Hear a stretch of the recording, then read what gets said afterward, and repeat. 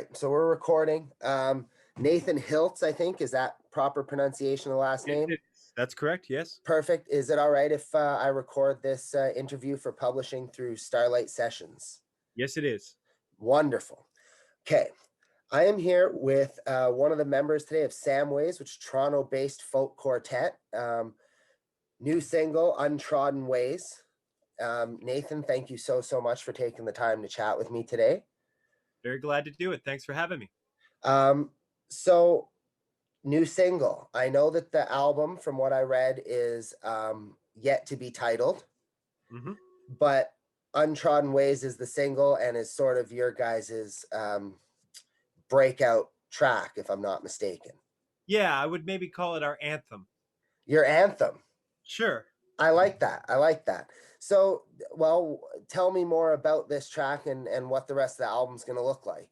Yeah, well, Untrodden Ways is one of the first compositions that I did for this album. I'm the songwriter for the project. Mm-hmm. It's based on a poem by Agnes Machar, who was a Canadian poet from the late 1800s to early 1900s, born in Kingston, Ontario. And so what I did is I took her words and I created a song out of those words and orchestrated it for three voices. Interesting. Yeah. I like that concept. There's a band out of Edmonton called the Red Cannons, and they did a similar thing with the Edgar Allan Poe Telltale Heart, and it's called Underneath the Floorboards rock song. Well worth a look up. I like that concept. So is the rest of the album in production or been produced and waiting behind us? It is done. It is all done. It's very done. Yeah. And like we recorded the whole thing in November of 2020. Mm-hmm. It was supposed to happen in May of 2020, but had to be put off for Obvious reasons, yes, yeah. obvious reasons. Yeah, so it was all recorded then. And for me, this is the first album that I'm doing this way. Like in the past, I've always just sort of released an album and done the stuff. But I'm working with a wonderful publicist named Eric Alper here in Toronto. And we're taking the approach of releasing a couple singles, and then the rest of the work will come end of April, April 30th. Oh, wonderful. Yeah. Eric I've been working with him a fair bit, interviewing his artists, and he has been wonderful to work with. I can't say enough good about Eric. Me too. But the singles release, just the way the music industry is gone, releasing full albums has proven not to be as successful, I think, as the single, this newer method of doing it and getting more exposure. Basically taking the same amount of content and stretching it out over a longer period of time, I think is a very effective way. Given that I manage some bands, that's definitely a tactic that we've used in the past and that probably we'll see more and more of, particularly with streaming sites. The days of buying an album and discovering the B-side, so to speak, are getting further and further away. I've definitely learned a lot taking this approach. Like I think I previously would give a lot of stuff away, like just sort of make music, give it away, make music. But Eric really stresses like having a plan, following a plan. And, I've really been enjoying seeing how this has been unfolding. Yeah, well, and I think the biggest thing for not just artists, but every, business person, I mean, a band is a business, consistency, consistency, consistency. And that's, staying on top of it and following through. That's definitely a huge part of it. So tell me a little more. You're a quartet, obviously you're one person. Tell us a little more about the trio we're missing. Yeah, well, I would tell you that like in my main life, I'm a jazz guitarist, uh, Mm-hmm. and a lot of the time I spend accompanying great singers. That's sort of my bread and butter, so to speak. Right. But also involved in composition and solo projects. So for this project, I really wanted to flip around the roles, and I wanted to get singers to play my music, to support my music, rather than me supporting their music all the time. So I chose three of my absolute favorite singers in the whole world to play with, people that I've shared the stage with and toured with for many years, and just really love to work with. So I guess I'll introduce you to each of them. Yes, that would be wonderful. Okay, so I mean, the first one I should mention is Melissa Lauren, who is actually also my wife, Oh, and well, yeah. yeah, yeah, right. And it's been wonderful working with my wife. Actually, I feel like it's improved our marriage to negotiate a band as well. To be honest, but she's a singer songwriter and a jazz singer. Like I would say, her first couple albums were more jazz standards, but now her like third and fourth album were more songwriting focused, and she's gotten lots of great play on CBC and actually taken me across the country numerous times to tour. And then we also have Shannon Butcher. That's the blonde haired singer, and Yes. she's a great straight ahead jazz singer. She's involved with the Sondheim Jazz Project here in Toronto. She also has a great solo record out, which is a duet with a bassist named Ross McIntyre. And she's a true soprano. She's got a bright, clear, chimey voice. She's a brilliant reader and a very kind of hard-working singer. So very good asset in the group. And then finally, Jessica Lalonde, and she's a jazz singer with an operatic background. So she actually has had an opera career that is now transitioned to a straight ahead jazz career. She also works with a great guy named Luke Lalonde. Have you heard of Luke Lalonde? He's The name's familiar. yeah, that's her brother actually, but he's a kind of an indie rocker guy.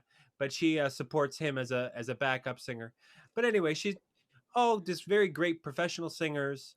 Also, people that are very nice to spend time and hang out with.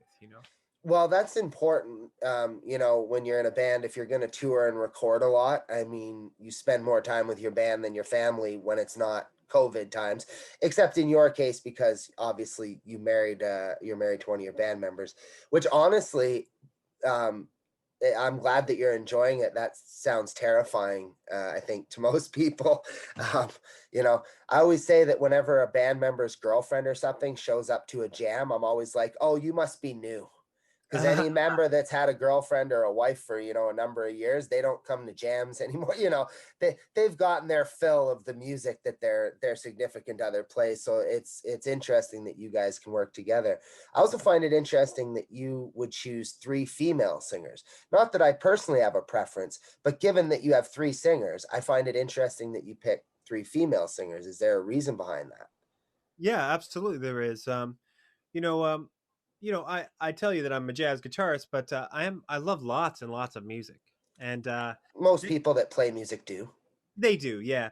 And so this is truly a passion project, like, I love country music. I love classic country, Hank Williams, Merle Travis, the Carter family, Right. those kind of groups. So that's very inspiring to me. Also, in Toronto, we have a group called the Au Pairs, and we have another group called the Good Lovelies, uh, Okay. who are both two of my favorite music groups in the whole wide world. And I love the sound of the female voice. I mean, it's beautiful, it's amazing, it's incredible the things that can be done with it. And as a side man, I'm working with these singers all the time and playing the music that they want to play. But all the time, I have the idea. I'm like, what if I could write the music and choose what they sing? What would that sound like? What if I use them as an instrument? Mm-hmm. So I'm so transfixed by the Good Lovelies and especially the Au Pairs. If you haven't heard them, I would recommend you hear them. And I was like, I want to use that as my instrument. This is my medium, so to speak, to express my vision. Yeah, and so you wouldn't consider yourself a vocalist then? You are a I guitar player and composer, or That's right. That's right. I'm a guitarist. I mean, I'm a bad singer, Dylan. I'm not a good singer. I sing for the purposes of ear training and learning. I'm also a college professor. I teach music at Humber College's music program here in Toronto, and one of the classes I teach is ear training. So I sing a lot to train the musical ear. But I tried, but I am just not good. I'm sorry. I work in the music industry in the fashion that I do because I was not blessed with those abilities myself. Something interesting, my father-in-law, who's 77, actually went to school at Humber College.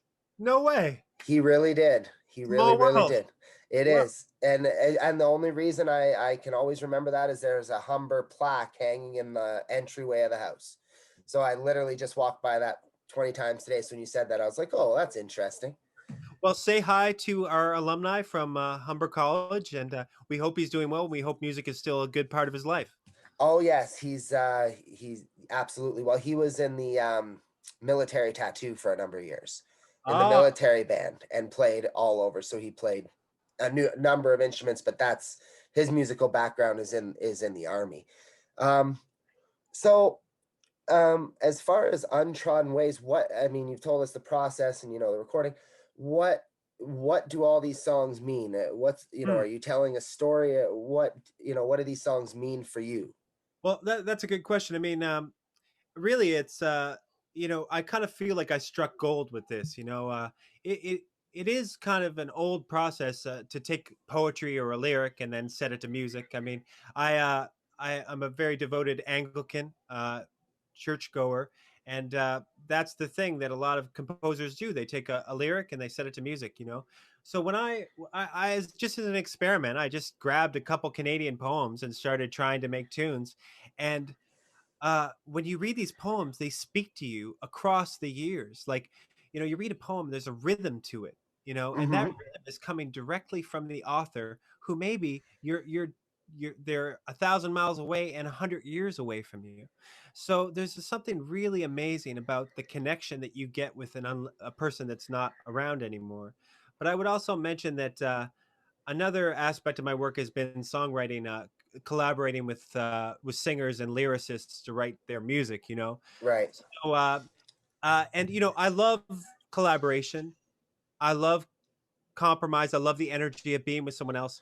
But I do also like the opportunity to make all the decisions myself and maybe go places that other people wouldn't allow you to go by terms of what they want or their wants and needs. Obviously, there's compromise always when you work with someone else, but when you work with a dead poet, you pretty much get to make all the decisions. Yeah, you know? no, and that totally makes sense, to make a place for yourself. Particularly if you spend a lot of time composing for other people or write, in whatever capacity. And, if you're a bit of a, hired gun as far as guitarist work goes, that also, I have a friend of mine who plays in three bands, and he says, in one band, I'm a thinker. He says, the other two, he says, I'm just a dancing monkey. I show up and play the guitar, they tell me to play. And I think that, and he has his one project that's his, and then he plays because he has to earn a living. And, if you can tour and whatever with other artists. So I think that's important for everybody in whatever they do, to make a little personal place, a place You that's just need for it. them. You need it. You need it. I mean, in this industry, there's so many gatekeepers. There's so many, like, to be a sideman, you really have to keep your mouth shut and just grin and do the work and so this is a true outlet for me. And I would say another part about this is that there is so much amazing Canadian poetry that nobody is reading. Nobody's looking at it. It's incredible what is there. And I feel very, there's a lot to do, a lot of work to do. Well, I think it's one of those things that everything goes away and kind of comes back. And I think that as long as there's a handful of sort of carriers of the knowledge through to the next generation, I think that everything kind of comes full circle. As far as, I grew up in a house where like antiques and old things were very prized and something that was cool. So even now to this day, I can barely stop myself from walking past an antique shop. There's Mm, not many guys in their early 30s that are really concerned with that sort of thing. But I think that eventually everything will come full circle. Now, what antiques will look like when that happens, I don't know.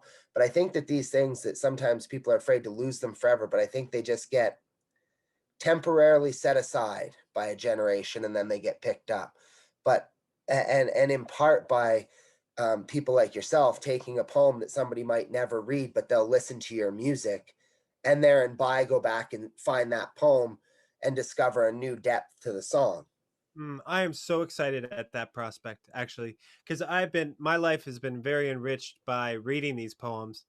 And if I can maybe make it so that these dead poets can speak a little bit louder nowadays, I'll be very happy, you know?